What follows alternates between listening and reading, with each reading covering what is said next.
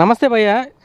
చంద్రబాబు నాయుడు గారు ముఖ్యమంత్రిగా రాష్ట్రంలో అయితే నిన్నటికి అంటే జూన్ 12వ తారీఖు అయితే 1 ఇయర్ పరిపాలన పూర్తి చేసుకున్నారు. అసలు ఈ 1 ఇయర్ పరిపాలన పైన సామాన్యుడిగా మీ అభిప్రాయం ఏంటి? ఈ 1 ఇయర్లో చంద్రబాబు నాయుడు గారు ప్రజల కోసం ఏమన్నా మంచి చేశారా? నమస్తే అండి.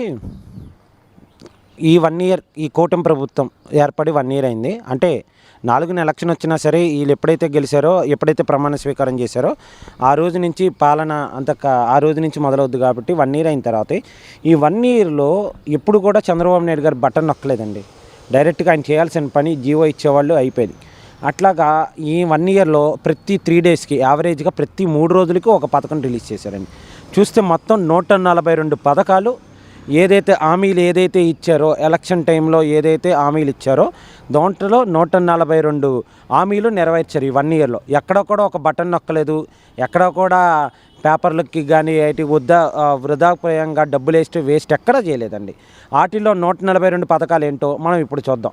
నిన్న ఏదైతే ఉందో తల్లికి వందనం 15,000 రూపాయలు, దాంట్లో 13,000 రూపాయలు తల్లుల అకౌంట్లోకి వేశారు. ఎంతమంది పిల్లలు ఉంటే అంతమంది. మిగతా 2,000 రూపాయలు ఏదైతే ఉందో అది కలెక్టర్ గారి అకౌంట్లో పడిందండి. ఏదో కొంతమంది చెప్తున్నట్టు లోకేష్ గారికి అకౌంట్లో పడి అని ప్రూవ్ చేయమని చెప్పారు. అది ఏమీ లేదండి. ప్రతి జిల్లా కలెక్టర్ అకౌంట్లో ఆ 2,000 రూపాయలు పడింది. దాని మూలంగా ఏంటంటే ఆ స్కూల్స్ డెవలప్మెంట్కి కానీ దేనికైనా, ఆ జిల్లాలో ఉన్న స్కూల్స్కి కానీ దేనికైనా డెవలప్మెంట్ విషయంలో ఆ 2,000 రూపాయలు యూజ్ చేసుకుందాని ఉద్దేశంతో కలెక్టర్ గారి అకౌంట్లో వేశారు.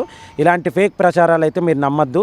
అసలు ఈ 142 పథకాలు ఏంటిది అనేది మనం చూద్దాం ఒక్క నిమిషం. ఏదైతే బాబు గారు చెప్పారో ఈ ఏడాది కాలంలో మనం చేసిన అన్ని ప్రజలకు వివరించమన్న ఉద్దేశంతో నేను ఆయన అభిమానిగా చెప్తున్నాను. నాకు ఏం లేదు, ఆయన అభిమానిగా చెప్తున్నా. పెన్షన్ 4,000 రూపాయలు చేశారండి రాగానే. పెండింగ్ 3 నెలల డబ్బులు కూడా కలిపి మొదటి నెలలో ఆ 3 నెలల ఈ 3,000, ఈ 4,000, 7,000 రూపాయలు ఇచ్చారండి. ఎవరి చేత ఇప్పించారు? సచివాలయం సిబ్బంది చేత ఇప్పించారు. ప్రతి నెల మొదటి రోజు అయిపోతుంది. దీనికి వాలంటీర్లు అని చెప్పి డబ్బు వృధా చేసింది జగన్మోహన్ రెడ్డి వాళ్ళ సొంత కార్యకర్తల కోసం. వాళ్ళకేదో మళ్ళీ ఉద్యోగాలు ఇచ్చాం, 2.5 లక్షల ఉద్యోగాలు ఇచ్చామని చెప్పి ఊదర కొట్టుకున్నారు. కానీ అసలు వాలంటీర్ వల్ల ఉపయోగం ఏమీ లేదు అని చెప్పి క్లియర్ కట్గా తెలిసిందండి. దివ్యాంగుల పెన్షన్ రెట్టింపు, ఫిజికల్లీ హ్యాండిక్యాప్డ్ పీపుల్ వీళ్ళు ఉంటారు కదా, వాళ్ళకి ఏదైతే వాళ్ళ పర్సంటేజ్ ప్రకారం వాళ్ళ పెన్షన్ రెట్టింపు చేశారండి. 204 అన్నా క్యాంటీన్లు ఓపెన్ చేశారు ఆంధ్రప్రదేశ్ మొత్తం మీద. మెగా డిఎస్సి అమలు చేశారు. 16,000 పోస్టులు అండి, 1, 2 కూడా కాదు. పోలీస్ శాఖలో 6,100 కానిస్టేబుల్ ఉద్యోగాలండి. ల్యాండ్ టైటిలింగ్ యాక్ట్ రద్దు, చెత్త పన్ను రద్దు, నాలా పన్ను రద్దు, దీపం ఉచితం పథకం ద్వారా 3 గ్యాస్ సిలిండర్, పూర్తి P4 ఇప్పటికీ 1,00,000 కుటుంబాలకి చేరిందండి. తల్లికి వందనం నిన్న డబ్బులు వేశారండి. చదువుకున్న ప్రతి విద్యార్థికి 15,000 రూపాయలు వేస్తానని చెప్పారు. ఆ 15,000లో 13,000 రూపాయలు వాళ్ళ మదర్ అకౌంట్లో పడింది. ఎంతమంది పిల్లలు ఉంటే ఆఖరికి పులివెందుల ఎమ్మెల్యే జగన్మోహన్ రెడ్డి గారి నియోజకవర్గంలో వేంపాడ మండలంలో ఒక విలేజ్లో 5 పిల్లలు ఉంటే 5 పిల్లలకి 5 × 13 డబ్బులు 13,000 రూపాయలు డబ్బులు పడినాయండి. 11 నెలల్లో 9.5 లక్షల కోట్లు పెట్టుబడి, 8.5 లక్షల ఉద్యోగాలకి ఉపాధి MOUలు జరిగినాయండి. అంటే ఇప్పుడు ఆ ఇండస్ట్రీ తీసుకురావడం అంటే చిన్నపిల్లడు పుట్టిన తర్వాత వెంబటే పెద్దోడు అవడానికి టైం పట్టుద్ది కదా. అవి ల్యాండ్ అవ్వాలి, అవి భూమి పూజలు అవ్వాలి, అవి కన్స్ట్రక్షన్ మొదలవ్వాలి. వాటిల్లోకి అవన్నీ ఒక పైప్ లైన్ ద్వారా పని అంతా జరుగుతుంది. దానికి ప్రత్యేకంగా ఈ చిన్న ఇండస్ట్రీస్కి, ప్రతి చిన్న ఇండస్ట్రీస్కి ఒక రేంజ్ ఒక అధికారిని, అట్లా పెద్ద ఇండస్ట్రీస్కి అయితే అధికారిని అట్లా పెట్టి ఏం జరుగుతుంది ఏంటి ప్రతిదీ డాష్బోర్డ్లో అప్డేట్ చేయమని చెప్పారు చంద్రబాబు నాయుడు గారు. అన్నదాత సుఖీభావ ఈ నెలలో డబ్బులు వేస్తాను. ప్రతి రైతుకి 20,000 రూపాయలు. మహిళలకు ఉచిత ప్రయాణం బస్సు ఆగస్టు 15 నుంచి అంటే ఓపెన్గా చెప్పేశారు. అది ఆయన చెప్పారంటే అమలు అవుతుంది ఖచ్చితంగా. దాంతో మహిళలకి, డయాలసిస్ రోగులకి పెన్షన్ పెంపు 10,000 రూపాయలు. ఏదైతే కిడ్నీ సంబంధిత వ్యాధితో బాధపడుతున్నారో వాళ్ళు డయాలసిస్ చేయించుకునే వాళ్ళకి ఎవరికైతే ఉన్నారో వాళ్ళకి 10,000 రూపాయలండి. మంచానికి పరిమితమైన పెన్షన్కి పెంపు 15,000. ఎవరైతే బెడ్ రిడన్ అంటే జీవితంలో ఆయనకు ఒక యాక్సిడెంట్ అయ్యి మంచం మీద ఉండిపోయారు, ఆయన ఏమీ లేవలేని పరిస్థితుల్లో ఉన్న వాళ్ళందరికీ 15,000 రూపాయలు. ఇంటింటికి వచ్చే ప్రభుత్వ ఆధారిత పెన్షన్లు, అధికారులతో పెన్షన్, ఇంటికి వచ్చే పెన్షన్ ప్రభుత్వ అధికారులచే. ఇందాక మీకు చెప్పాను కదా, మీకు వాలంటీర్లు వాళ్ళు ప్రభుత్వ అధికారులు కాదు. వాళ్ళు ఏంటంటే వైసీపీ కార్యకర్తలు. సాక్షాత్తు విజయసాయి రెడ్డే చెప్పాడు మా వైసీపీ కార్యకర్తలే అని చెప్పి. వాళ్ళకి 5,000 ఇచ్చేది ఈ ప్రభుత్వ అధికారులచే ఇంటింటికి పెన్షను. 3 నెలల వరకు పెన్షన్ ఎక్కడైనా తీసుకోవచ్చు. రాష్ట్రంలో ఎక్కడైనా పెన్షన్ తీసుకునే వెసులుబాటు. ఇప్పుడు మాకు తెలుసున్న ఒక ఆమె ఉన్నారండి, వాళ్ళ కూతురు విజయవాడలో ఉంటున్నారు. కూతురు దగ్గరకు వచ్చి ఆమె ఉంటున్నారు, భర్త లేరు, ఆమెకు పెన్షన్ వస్తుంది. ఆమె ఎక్కడో కాకినాడ. ఆమె అంతకుముందు పాపం ఉదయాన్నే రత్నాచల్ బస్సుకి ట్రైన్కి ఎక్కి అక్కడ సామర్లకోట దగ్గర దిగి సామర్లకోట నుంచి మళ్ళీ కాకినాడ వెళ్ళి అక్కడ పెన్షన్ తీసుకుని ఈ శ్రోమని అయ్యో రామ అంటే అక్కడ ఏదో తిని ఇంటికి వచ్చేవాళ్ళు. ఇక్కడ పెన్షన్ తీసుకుని ఆ 3,000 రూపాయల్లో ఒక 600-700 ఖర్చులు పోని ఇక్కడ ఉండేది. ఇప్పుడు ఏంటి, కాకినాడ ఆమె సరే ఇప్పుడు విజయవాడలో కూతురు దగ్గర ఉంటుంది. ఆ కూతురు దగ్గరికి ఇంటికి వచ్చి పెన్షన్ ఇస్తున్నారు. అది డిఫరెన్స్ చూసారా? ఇది డిఫరెన్స్, అది వెసులుబాటు చూసారా? 3 నెలల వరకు పెన్షన్ ఒకసారి తీసుకునే వెసులుబాటు. అంటే ఇప్పుడు మీరు ఇక్కడ లేరు, సడన్గా ఊరు వెళ్ళాల్సి వచ్చింది అంటే ఆమె పల్లెటూరులో ఉంటున్నారు, వాళ్ళ అమ్మాయో లేకపోతే వాళ్ళ కోళ్ళలో గర్భవతి అయింది, ఆమెను చూసుకోవడానికి అక్కడికి వెళ్ళాలి. అలాగే ప్రతి నెల ఇల్లు రావడానికి ఇబ్బంది అవుతాం, 3 నెలలకు ఒకసారి వచ్చి నేను తీసుకోవడానికి కూడా వెసులుబాటు ఇచ్చింది. అట్లాగా ఏదైనా మంచి సపోజు ఏదైనా శుభకార్యం జరుగుతుంది, ఆ రోజు అక్కడికి వెళ్ళాలి. అంతకుముందు అంటే అమ్మో పెన్షన్ డబ్బులు పోతాయి, శుభకార్యానికైనా తర్వాత వెళ్ళొచ్చు, తర్వాత ఇలా పెన్షన్ తీసుకోవడానికి. మా ఇంట్లోనే జరిగిందండి ఒక పెన్షన్. ఒక పెద్ద ఆవిడ ఉంది మా చుట్లలో ఒక ఆమె ఏంటి మా అమ్మ రాలేదంటే, అరే ఈరోజు రాకపోతే పెన్షన్ తర్వాత ఇవ్వర్రా, అందుకని పెన్షన్ కోసం ఆగిపోయాను, ఏమనుకోకని చెప్పి ఫోన్ చేసి చెప్పింది నేను ఇలా ఫంక్షన్ రావడం. ఇప్పుడు ఆ ఇబ్బంది ఏం లేదే, ఫంక్షన్లకు కానీ దేనికైనా కానీ 3 నెలలకు ఒకేలా తర్వాత వచ్చే నెలలను తీసుకొచ్చని ఇప్పుడు దర్జాగా పెద్దవాళ్ళందరూ తిరుగుతున్నారు. వృద్ధుల కోసం 12 కొత్త వృద్ధాశ్రమాలు ఆంధ్రప్రదేశ్ మొత్తం మీద 12 వృద్ధాశ్రమాలు కట్టారు. భర్త చనిపోయిన తర్వాత నెలలోనే భార్యకు వితంతు పెన్షను. అయితే అంతకుముందు ఏం లేదండి, ఇప్పుడు ఆటోమేటిక్ ఇప్పుడు ఏదైతే ఆ పెన్షన్కి అర్హులో ఆ డేట్ ప్రకారం కొత్త పెన్షన్లు ఏదైతే వస్తాయో ప్లస్ వితంతు పెన్షను. ఇప్పుడు భర్త చనిపోయాడు వెమ్మటే ఆటోమేటిక్గా ఆమెకు పెన్షన్ వచ్చేటట్టుగా, లేకపోతే ఇంట్లో ఒకరు పెన్షన్ తీసుకున్నారు, వాళ్ళు చనిపోయారు, ఆ పెన్షన్ వీళ్ళకి వచ్చేటట్టుగా ఇట్లాంటివి కూడా చేస్తున్నారు. 60 ఏళ్ళు దాటిన సీనియర్ సిటిజన్స్కి ఏపీఎస్ఆర్టీసీ బస్సుల్లో 20% రాయితీ, ఉచిత ఇసుక కేవలం రవాణా ఛార్జీలు మాత్రమే. ఇంటింటికి తాగునీరు పనులు ప్రారంభం. మత్స్యకారులకు 20,000 రూపాయల ఆర్థిక సాయం. అంతకుముందు ఎంత ఇచ్చారండి, అది చూసుకుంటే ఇప్పటికి ఎంత ఇచ్చారో చూసుకోండి. న్యాయ బ్రాహ్మణుల జీతాలు 15,000 నుంచి 25,000కు పెంపు. అంటే ఇప్పుడు ఏదైతే పెద్ద పెద్ద దేవాలయాల్లో న్యాయ బ్రాహ్మణులు ఉంటారు కదా, వాళ్ళందరికీ 10,000 రూపాయల నుంచి 15,000 రూపాయలు పెంచు. దీపధూప నైవేద్యాల కింద ఆలయానికి 5,000 రూపాయల నుంచి 10,000 రూపాయలు. అంటే ఇప్పుడు గవర్నమెంట్ అండర్లో రన్ చేసే కొన్ని గుళ్ళు ఉంటాయండి, చిన్న చిన్న గుళ్ళు. ఆ గుళ్ళో ఏంటంటే రోజు సోమవారికి నైవేద్యం పెట్టాలి కదా, ధూప నైవేద్యానికి. అంతకుముందు 5,000 రూపాయలు ఇచ్చేవాళ్ళు, దాన్ని ఇప్పుడు 10,000 రూపాయలు చేశారండి. పేద విద్యార్థులకు నిరుద్యోగ వృత్తి కింద 3,000. ఇమాములకి మజీములకి గౌరవ వేతనం 15,000 రూపాయలు పెంపు. ధరల భారం నుంచి ప్రజలపై పడకుండా సబ్సిడీపై తక్కువ ధరకి నిత్యావసరాలు. ఇప్పుడు టమాటా రేటు ఇప్పుడు తక్కువ ఉందని, కానీ టమాటా రేటు పెరుగుద్ది, ఉల్లిపాయల రేటు పెరుగుతాయి, ఒక్కోసారి కూరగాయల రేట్లు కానీ ఏమైనా వస్తువు రేట్లు పెరిగినప్పుడు దాన్ని స్పెషల్ కౌంటర్ల ద్వారా రైతు బజార్లో పెట్టి అమ్మించడం సబ్సిడీకి తక్కువ. కంటే ఇప్పుడు టమాటా 100 రూపాయలు అయిందండి, 150 రూపాయలు అయిన రోజులు ఉన్నాయి. అప్పుడు మరి సబ్సిడీపై గవర్నమెంట్ అందించాలి కదా. ఇప్పుడు 20 రూపాయలే ఉంది. ఇప్పుడు ఓకే, కానీ 150 రూపాయలు వెళ్ళినప్పుడు గగ్గోలు పెట్టేస్తారు కదా ఆ ప్రతిపక్ష నాయకుడు జగన్మోహన్ రెడ్డి, లేకపోతే వాళ్ళు ఆలు సూలు లేని కొడుకు పేరు సోమలింగం లాంటి చెవులో బంతి పూలు పెట్టుకుని వచ్చి డ్యాన్స్ వేసేవాళ్ళు. అమ్మ ఇంత అయిపోయిందా అంత అయిపోయింది అని చెప్పి వాళ్ళ కోసం అలాంటి వాళ్ళు ఏమీ తారోగ్యం లేకుండా సబ్సిడీపై ఇస్తున్నారండి. దాని తర్వాత రాష్ట్ర జీడిపి పెంచడానికి చర్యలు. ఏడాదిగా దేశంలోనే 2వ స్థానం జీడిపి గ్రోత్ పెంచడానికి చేశారు. భారతదేశంలోనే 2వ స్థానానికి వచ్చామండి. జగన్ బొమ్మ తీసి రాజముద్రతో పాసు పుస్తకాలు. అంతకుముందు అండి మా తాతగారికి వాళ్ళ నాన్నగారు పొలం ఇచ్చారండి. మా తాతగారు మా నాన్నగారికి ఇచ్చారు. మా నాన్నగారు నా పేరు మీదకి ఇచ్చేటప్పుడు ఇద్దామని చూస్తే దాని మీద జగన్మోహన్ రెడ్డి బొమ్మలు ఆ పాస్బుక్ పై. అసలు మా తాతలు మా నాన్నకి ఇచ్చారు, వాళ్ళ కష్టపడి సంపాదించిన దాని మీద ఈడి బొమ్మ ఏంటో మాకు అర్థం కాక మేము పాస్బుక్ కాపీసుకుని ఇప్పుడు పాస్బుక్కి ఇస్తే గవర్నమెంట్ సింబల్తో గవర్నమెంట్ ముద్రతోటి పాస్బుక్ ఇచ్చారు మాకు. అసలు పాస్బుక్ల మీద ఆడి బొమ్మ ఏంటండి బాబు, అసలు వాడైనా మనకైనా చేశాడా ఆ పొలం చేసుకోవడానికి కూడా ఏం లేదు కదా. రాజముద్ర అంటే గవర్నమెంట్ ముద్రతోనే పాస్బుక్లు ఇస్తున్నారు. అన్ని ప్రముఖ బ్రాండులతో తక్కువ ధరకే నాణ్యమైన మద్యం. ఎక్కడైనా ఇది ఎంత దౌర్భాగ్యం అంటేనండి, జగన్మోహన్ రెడ్డి ధనదాహం కోసం అతను సంపాదించుకోవడం కోసం బంగారం వాళ్ళ ఇంట్లో వాళ్ళు అడిగారని కేజీలు బంగారం కావాలని చెప్పి వాళ్ళ ఇంట్లో వాళ్ళు అడిగారు. ఎవరు అడిగారో నాకైతే తెలియదు, కానీ అది ప్రజలందరికీ తెలుసు. ఆ కేజీలు బంగారం కోసం ఒక కొత్త పాలసీ తీసుకొచ్చి, అంతకుముందాక లిక్కర్ షాపులు ఎవరికి అమ్మేవాళ్ళండి, ఆ లిక్కర్ షాప్కి టెండర్లు వేసేవాళ్ళు, ఆ టెండర్ల ద్వారా ఎవరైతే దక్కించుకున్నారో వాళ్ళు. ఇప్పుడు ఏం చేశారు, గవర్నమెంటే రన్ చేసిద్దని చెప్పి గూగుల్ పే, ఫోన్పే, పేటిఎం అసలు ఏ పేలు లేకుండా త్రూ క్యాష్ ద్వారా 5 సంవత్సరాలు రన్ చేసి కొన్ని వేల కోట్లు దోచుకుని, కొన్ని వేల మందికి ఆరోగ్యాలు బలి తీసుకుని, కొంతమంది చనిపోయిన ఓంప్రకాష్ అని ఆయన తిరుపతి చిత్తూరు జిల్లాలో ఏంటిది ఇది మద్యం బీరా ఏంటిదని అడిగితే తెల్లారికి చనిపోయాడు. ఎట్లా చనిపోయాడు ఎవరికి తెలియదు. అట్లాంటివి చేసి నాసిరకమైన మద్యం అమ్మి చేస్తే ఈ కూటమి ప్రభుత్వం ఇది ఒక హామీ ఏమి ఇచ్చారంటే, క్వాలిటీ అయిన మద్యం తక్కువ రేటుకి ఇస్తాను, అన్ని బ్రాండ్లు దొరుకుతాయని చెప్పి ఆ హామీ ఇస్తే హామీని కూడా నెరవేర్చారండి. పంచాయతీలకి మున్సిపాలిటీలకి బలోపేతం కోసం చర్యలు, స్కిల్ సెన్సస్ ప్రారంభం అంటే మీ ఇంట్లో మీకు కూడా ఫోన్లు వచ్చి ఉంటాయండి. చదువుకున్న వాళ్ళ పిల్లలు అంటే మీ పిల్లలు చదువుకున్నారా, ఏం జాబ్ చేస్తున్నారు, ఏం జాబ్ చేయట్లయితే ఏం చదువుకున్నారు ఏంటి అనేది ఆ స్కిల్ సెన్సస్ ప్రారంభించారండి.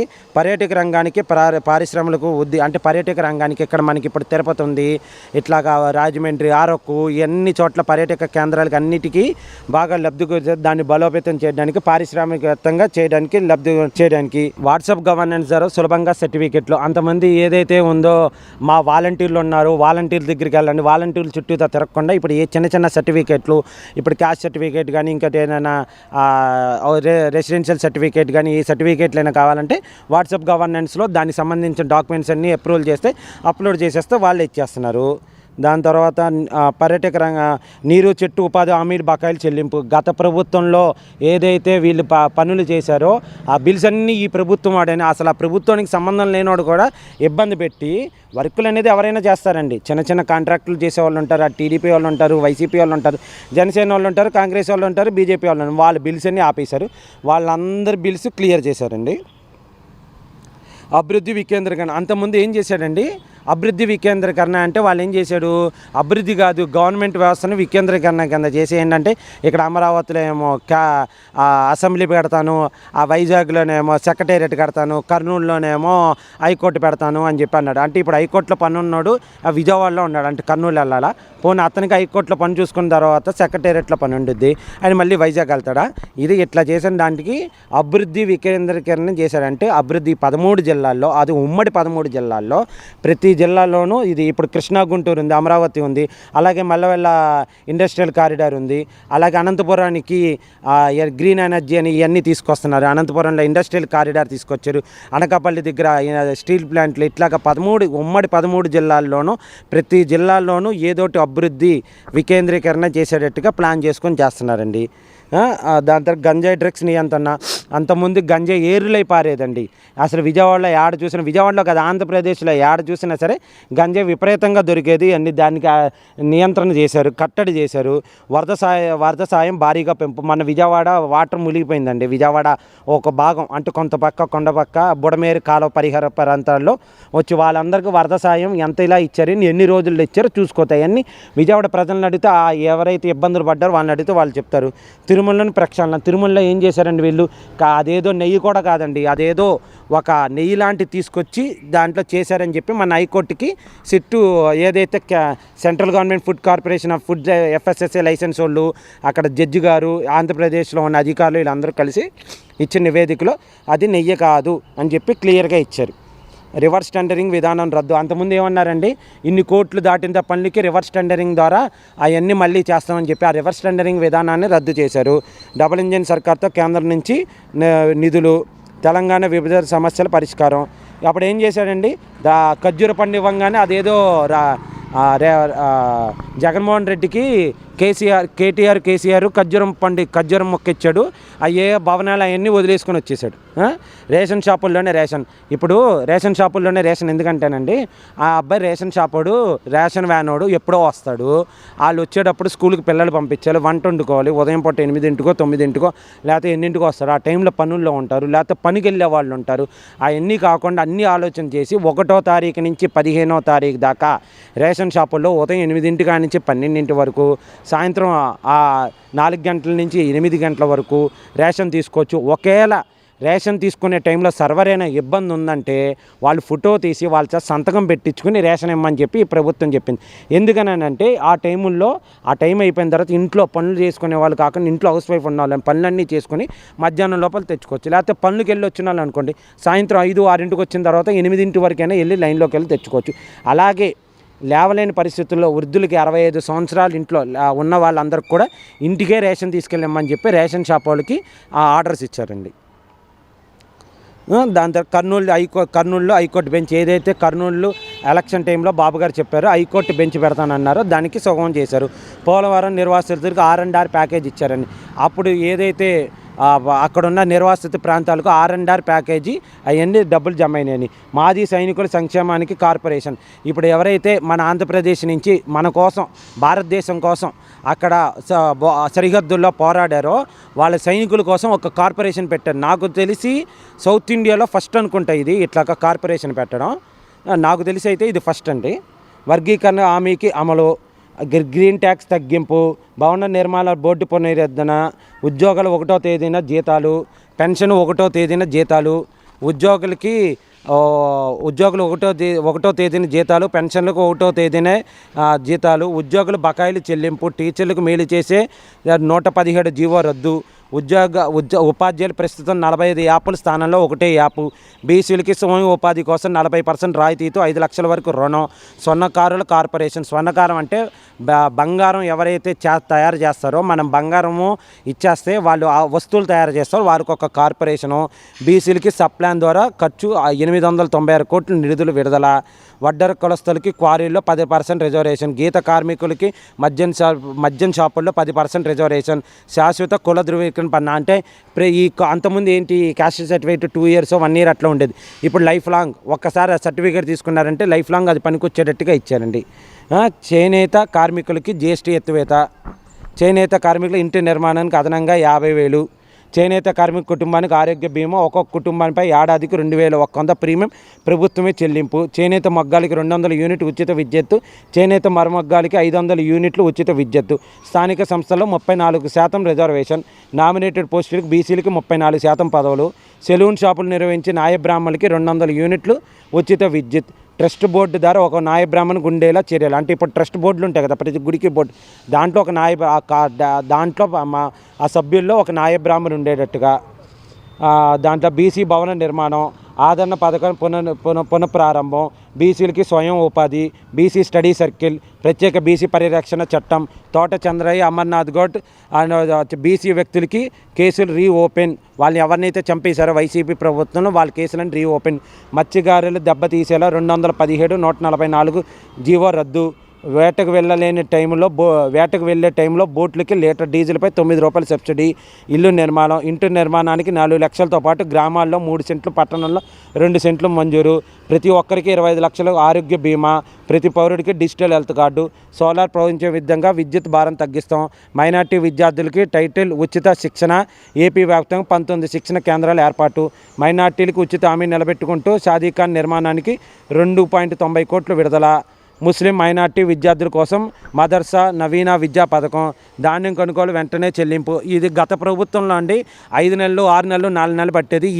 ఈ ప్రభుత్వంలో, ఈ కూటమి ప్రభుత్వంలో 24 hours 36 48 hours డబ్బులు పండింది. ధాన్యం కొనుగోలు వెంటనే చెల్లింపు, 90% సబ్సిడీతో డ్రిప్ ఇరిగేషను, పశువుల షెడ్ల నిర్మాణానికి 90% రాయితీ, రైతులకి రాయితీపై యంత్రాలు పరికరాలు, రాయితీపై విత్తనాలు, రాయితీపై ఎరువులు, రాయితీపై సోలార్ పంపు సెట్లు, ధర స్థిరీకరణ నిధి, ప్రత్యేక వ్యవసాయానికి ప్రోత్సాహంతో కౌలు రైతులకి కోఆపరేటివ్ బ్యాంకు ద్వారా రుణాలు మంజూరు చేయడం, ఎస్సీ ఎస్టీలకు 200 యూనిట్లు ఉచిత విద్యుత్తు, ప్రతి ఐటీడీలో ఉచిత డిఎస్సి శిక్షణా కేంద్రం. అంటే ఇది అరకు అటు సైడ్ ఏరియాలో అండి. గిరిజన ప్రాంతాల్లో వైద్య సేవలకి ఫీడర్ అంబులెన్స్, అంటే బైకుల్లోనే అంబులెన్స్ పెట్టి దాన్ని ఫీడర్ అంబులెన్స్ అంటారండి. ఎస్సీ మహిళలకి 3 లక్షల వరకు రాయితీ రుణాలు, సంచార జాతులు అండగా ప్రభుత్వం 50% రాయితీ రుణాలు, సంచారం అంటే ఎప్పటికప్పుడు తిరుగుతూ ఉంటారండి, వాళ్ళకి 50% రాయితీతో రుణాలు, నాణ్యమైన మధ్యాహ్నం భోజనం, ఇంటర్ విద్యార్థులకు మధ్యాహ్నం భోజనం, ప్రభుత్వ పాఠశాలకు ఉచిత విద్యుత్తు, ఇంటర్ కాలేజీ విద్యార్థులకు ఉచిత పుస్తకాలు, బ్యాగులు, KG to PG syllabus review, skill development సెంటర్లు తిరిగి ప్రారంభం, రాజకీయ రాజకీయాలకు దూరంగా యూనివర్సిటీలకు వీసీలుగా ప్రతిభ ఉన్నవారే విదేశీ విద్య పునర్నిర్మాణం, పీజీ ఫీజు రియంబర్స్మెంట్ వంటి అమలు, క్రీడాకారులకు 3% రిజర్వేషన్. అంటే ఇప్పుడు ఎవరైతే ఆడతారో స్టేట్ లెవెల్ ఆడే వాళ్ళకి గవర్నమెంట్ ఎగ్జామ్స్ రాయడానికి దాంట్లో వాళ్ళు ఎగ్జామ్ రాసినప్పుడు వాళ్ళకి 3% రిజర్వేషన్. 175 నియోజకవర్గాల్లో ఎంఎస్ఎంఈలు పార్కులు, ఫీజు రియంబర్స్మెంట్ బకాయిలు తీరాయి. ప్రఖ్యాత కంపెనీలు ఏపీకి, పోలవరం పరుగులు పట్టిస్తున్నాం, పూర్తి చేస్తాం. ఐటీ హబ్గా విశాఖపట్నం, ఆటోమొబైల్ ఎలక్ట్రానిక్ హబ్గా రాయలసీమ, అమరావతి మన రాజధానికి పనులకు విశాఖ స్టీల్ ప్లాంట్ ప్రైవేటీకరణ అడ్డుకుంటాం. విశాఖ రైల్వే జోన్ సాధిస్తాం. గుంతకల్ రోడ్లు భోగాపురం ఎయిర్పోర్ట్కి అల్లూరి పేరు. కర్నూలు జిల్లా పత్తికొండ టమాటా జ్యూస్ ఫ్యాక్టరీకి శంకుస్థాపన. గాలేనగరి పనుల వేగంగా, అంద్రీనవి పనులు వేగంగా. ఉత్తరాంధ్ర సజల స్రవంతి పనులు వేగం. బంగారపాలెంలో కిడ్నీ డయాలసిస్ సెంటర్. ఆశా వర్కర్ల గరిష్ట పరిమితిని 62,000కు పెంపు. ఆశా వర్కర్ల నిబంధన ప్రకారం గ్రాట్యుటీ కింద సుమారు 1,50,000 అందించిన అవకాశం. ఏకవ రైతులకు యూనిట్కి ₹1.5కే. కన్యకా పరమేశ్వర అమ్మవారికి ఆత్మార్పణ దినోత్సవం అధికారిక కార్యక్రమం. ఏదైతే ఆర్యవైశ్యుల అమ్మవారి ఇంటి ఎలువేలుపు వాసవి అమ్మవారు, ఆమె ఏదైతే ఆమె చనిపోయిన రోజుని ప్రభుత్వం అధికారికంగా, అంటే ఆ మంటల్లో ఆత్మార్పణం అయిందండి, అది ప్రభుత్వం అధికారికంగా ఆ కార్యక్రమం కూడా చేసింది. హామీ ఇచ్చారు ఆర్యవైశ్యస్కి, అది కూడా చేర్చారు. దాని తర్వాత విజన్ 2047 అమలుకు ప్రణాళిక. వర్క్ ఫ్రమ్ హోమ్ ప్రోత్సాహం. పోర్ట్లు, ఎయిర్పోర్ట్లు తరగతుల నిర్మాణం. విశాఖ చెన్నై ఇండస్ట్రియల్ కారిడార్ అభివృద్ధి. చెన్నై బెంగళూరు ఇండస్ట్రియల్ కారిడార్ అభివృద్ధి. ఆర్థిక సంఘం ఇచ్చే నిధులు నేరుగా పంచాయతీలకే. పంచాయతీరాజ్ వ్యవస్థని మళ్ళీ బలోపేతం చేయడం.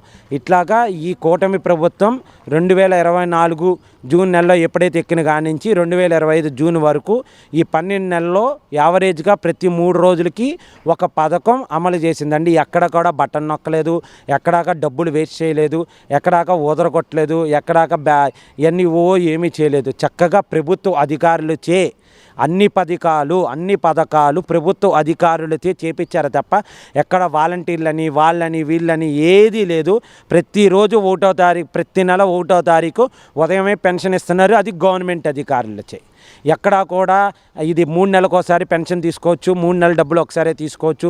అలా పెన్షన్ తీసుకున్న వాళ్ళని ఇబ్బంది పడకుండా ఉండడం కోసం చాలా చర్యలు తీసుకున్నారు. ఈ 2024-25 సంవత్సరం మధ్యలో ఈ 142 పథకాలను అన్నీ అమలు చేశారు. నెక్స్ట్ కూడా ప్రణాళికలు అన్నీ సిద్ధం చేసుకున్నారు. నిన్న లోకేష్ గారు ప్రెస్ మీట్లో కూడా అసలు నాకు ఇంకో 1 year ఇవ్వండి, అసలు ఆంధ్రప్రదేశ్ విద్యా వ్యవస్థని సమీకరణంగా మారుస్తాము అని చెప్పి ఆయన చెప్పారు. సో నాకైతే ఈ ప్రభుత్వం ఈ 1 yearలో చాలా మంచి పనులు చేసిందండి. ఇటు సంక్షేమం, అటు అభివృద్ధి. ఏ గవర్నమెంట్కైనా 2 కళ్ళు, సంక్షేమం అభివృద్ధి 2 అమలు చేస్తుంది. ఒకచోటే మొత్తం అన్నీ చేయట్లేదు. ఇందాక మీరు చెప్పినట్టుగా రాయలసీమ ఏరియాలో చేస్తుంది, ఉత్తరాంధ్ర ఏరియాలో చేస్తుంది, కృష్ణా గుంటూరులో చేస్తుంది. ఎక్కడైనా ఇండస్ట్రీస్ కావాలంటే కృష్ణపట్నం, నెల్లూరు జిల్లాలో, ప్రకాశం జిల్లా, అలా ప్రతి చోట ఏదో ఒకటి అభివృద్ధి, సంక్షేమం 2 చేసుకుంటూ వెళ్తుంది. కాబట్టి ఈ గవర్నమెంటు ఈ 5 years పవన్ కళ్యాణ్ గారు, చంద్రబాబు నాయుడు గారు చెప్పినట్టు కాదుగా ఇంకో 10-15 సంవత్సరాలు కూడా ఇదే గవర్నమెంట్ ఉంటుందండి.